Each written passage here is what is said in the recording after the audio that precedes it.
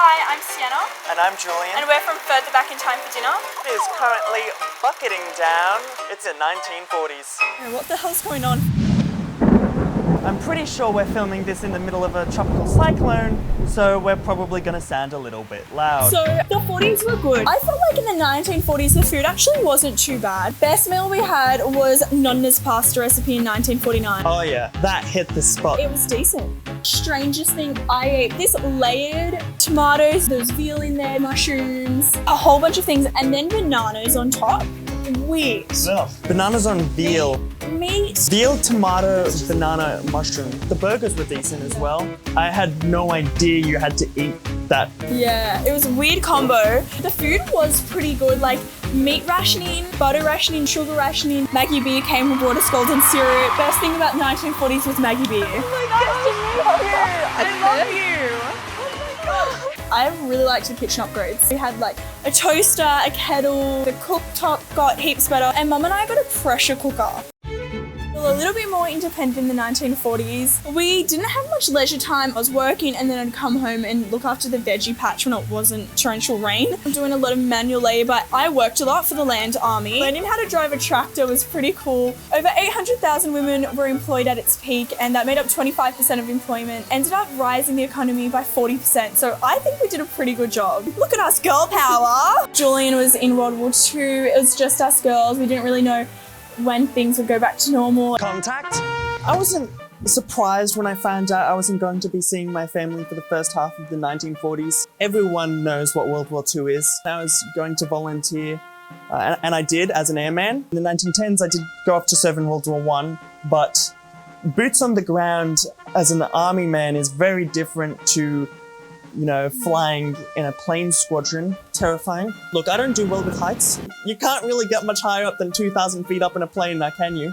I'm not sure whether I could have handled the pressure of learning to fly and then heading off to war. 12 hours of flight experience is not a long period of time. You're basically just protecting your squadron leader, so you get shot down first. Family and your country and your friends are in danger, so you sort of just have to step up. And you know that, you know, there's a solid chance you're not going to come back alive, but I think you have to look that fear in the eye and just do it anyway. I was a little bit too busy with being an airman to worry about what my family were doing back at home. Sienna, do you want to see who that is? So in the 1940s with the war, Italians were on the wrong side compared to the British. So they took away Italians and put them in camps. They called it internment camps. In the middle of the night, Dad got taken away. I honestly didn't even know about internment. Not as in getting a free job for job experience. I'm talking internment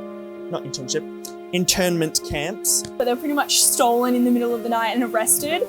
You know, it was the first I had heard of it, and all of a sudden, Dad was gone. I knew the Americans interned Japanese Americans in World War II, but I never realized the Australians did it as well, so... You know, we thought we'd be safe. First time I realized how serious this war was. That was really quite confronting.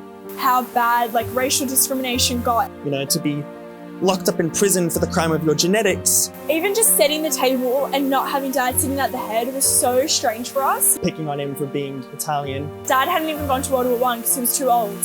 And now we're laughing because they're taking their kids to pizzerias and gelato. I almost felt like the family was incomplete. So,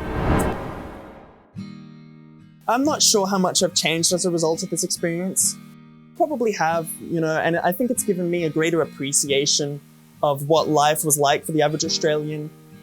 My sisters and I have grown a bit closer, which of course means that we also annoy each other even more than we used to. But I think we have sort of become stronger as a family, and it's just been really interesting altogether. I feel like I've changed a lot because of this experience. I definitely appreciate, you know, the history of Australia a lot more, getting different perspectives, whether they're Indigenous or Italian, and just, you know, you learn about the history, you don't learn about, you know, that micro effect on people's lives, and you see the wave of feminism, but you don't get to experience it, and you don't know what it truly felt like to be oppressed, and then to have a job, and then to get that ripped away, and then there was wars and depressions and all these awful things that I had never even heard of internment. You know, I felt like coming out of this experience, I really grew a lot as a person, and I appreciate, you know, we're not in world peace in 2020, but that kind of security that I have. Thank you so much for watching. You can catch all of Further Back in Time for Dinner on iview.